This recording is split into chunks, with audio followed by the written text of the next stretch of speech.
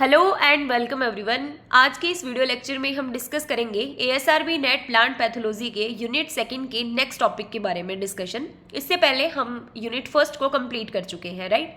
आज के इस वीडियो लेक्चर में हम डिस्कस करेंगे माइक्रोस्कोपी के बारे में, चाहे वो लाइट माइक्रोस्कोपी हो या इलेक्ट्रॉन माइक्रोस्कोपी। जो भी सारे इंपॉर्टेंट क्वेश्चंस माइक्रोस्कोपी वाले पार्ट से पूछे जाते हैं वो सारे हम आज के इस वीडियो लेक्चर में कवर करेंगे। देखो, इंट्रोडक्शन से स्टार्ट करते हैं। बेसिकली माइक्रोस्कोपी वर्ड का मीनिंग क्या होता है?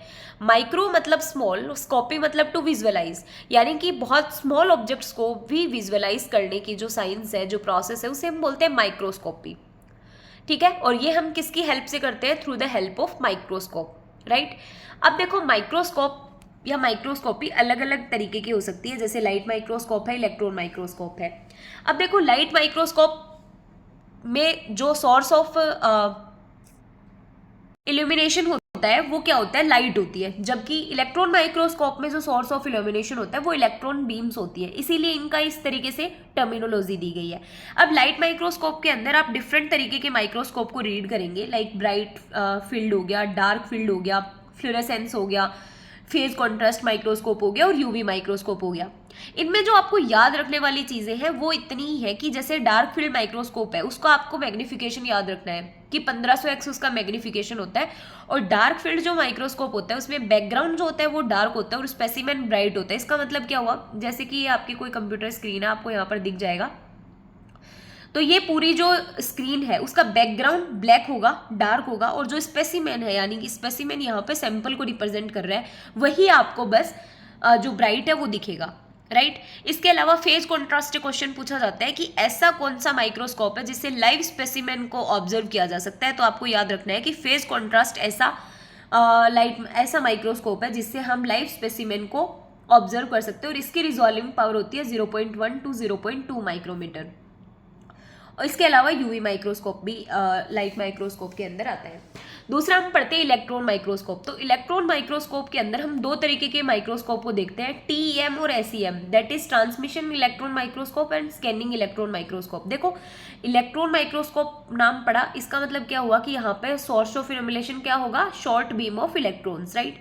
अब देखो, यहाँ पर हम बार बार एक टर्म यूज कर रहे हैं, मैग्निफिकेशन और रिजॉल्विंग पावर। इन दोनों टर्म्स का क्या मतलब है? डायरेक्टली इनके मीनिंग से भी क्वेश्चन पूछा जाता है। तो मैग्निफिकेशन का बेसिक सा मतलब होता है कि हम किसी भी ऑब्जेक्ट को कितना एनलार्ज करके देख रहे हैं, कितना बड़ा करके देख रहे हैं। लाइक बहुत स्मॉल ऑब्जेक्ट है, उसको कितना मैग्नीफाई करके, कितना बड़ा करके देखा जा सकता है, उसको बोलते हैं मैग्निफिकेशन पावर।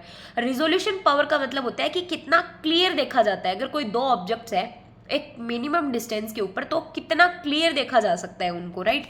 अब देखो, जैसा कि मैग्निफिकेशन का हुआ कि capacity of the microscope to enlargement of the object, और रिजोल्यूशन का मतलब क्या हुआ कि ability of microscope to distinguish two object. दो ऑब्जेक्ट्स को कितनी मिनिमम डिस्टेंस पर अलग अलग देखा जा सकता है और कितना क्लियर देखा जा सकता है, यही है रिजोल्यूशन, राइट। अब देखो, रिजॉल्विंग पावर का एक फॉर्मूला होता है, that is 2n sin theta divided by lambda. It means क्या हुआ कि रिजॉल्विंग पावर इनवर्सली प्रोपोर्शनल हुई लेमडा के, यानी कि जब लेमडा यानी कि वेवलेंथ ज्यादा होगी लाइट की तो रिजॉल्विंग पावर कम होगी, जो कि बेटर भी होगा, क्योंकि जितनी ज़्यादा रिजॉल्विंग पावर कम होगी उतना बेटर रिजोल्यूशन आएगा, राइट।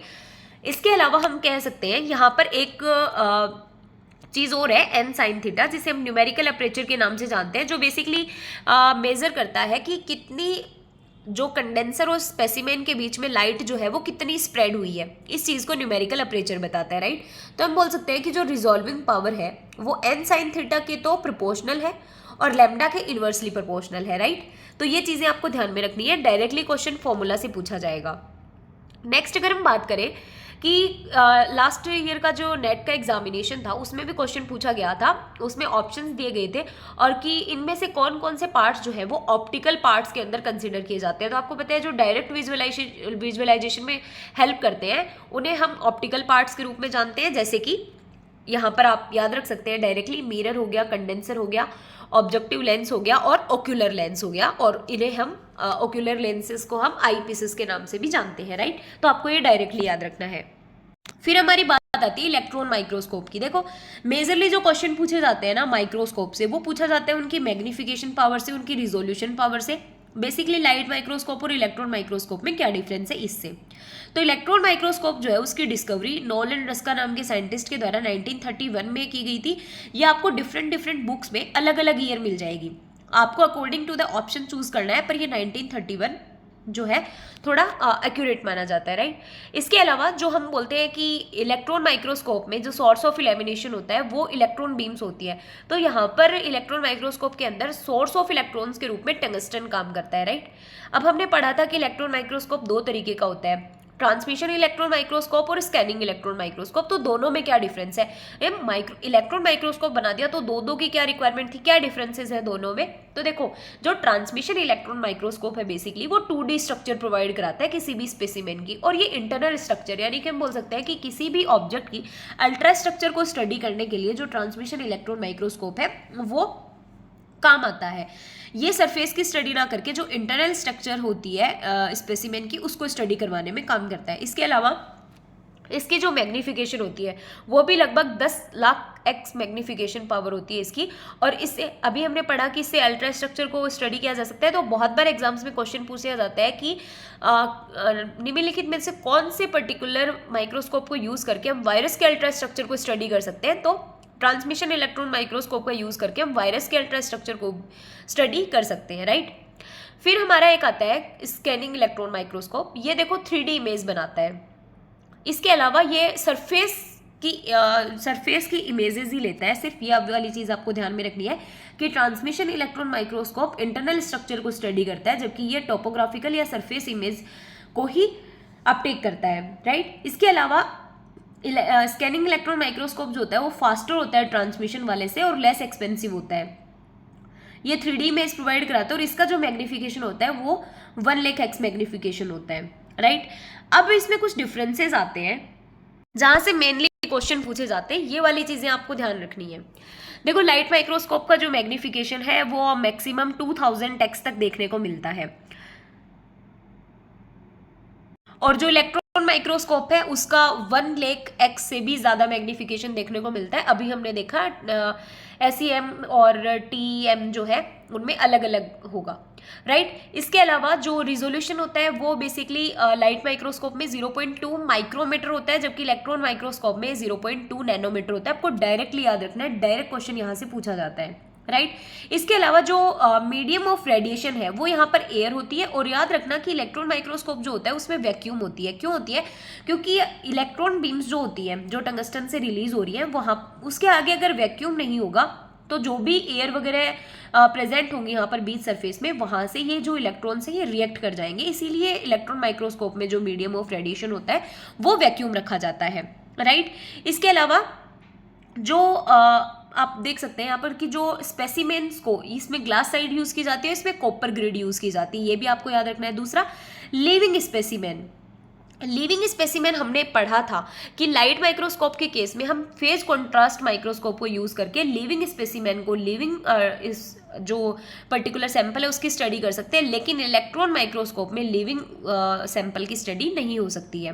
वेवलेंथ की बात करें तो यहाँ पर 7500 एंगस्ट्रॉम और यहाँ पर 0.08 एंगस्ट्रॉम, और आप एग्जांपल्स देख सकते हैं कि लाइट माइक्रोस्कोप के अंदर जैसे dark field, bright field, phase contrast, fluorescent इनको कंसिडर किया जाता है, जबकि TEM और SEM जो है उनको इलेक्ट्रॉन माइक्रोस्कोप के अंदर कंसिडर किया जाता है। ये जो इम्पॉर्टेंट डिफ्रेंशिएशन है ये आपको याद रखना है।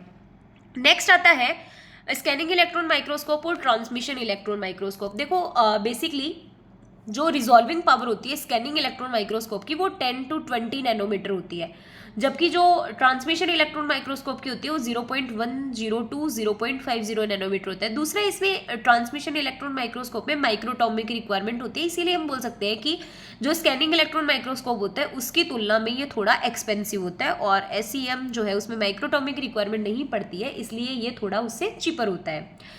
इमेज की बात करें तो इसमें 3D इमेज देखने को मिलती है और ट्रांसमिशन इलेक्ट्रॉन माइक्रोस्कोप में 2D इमेज बनती है।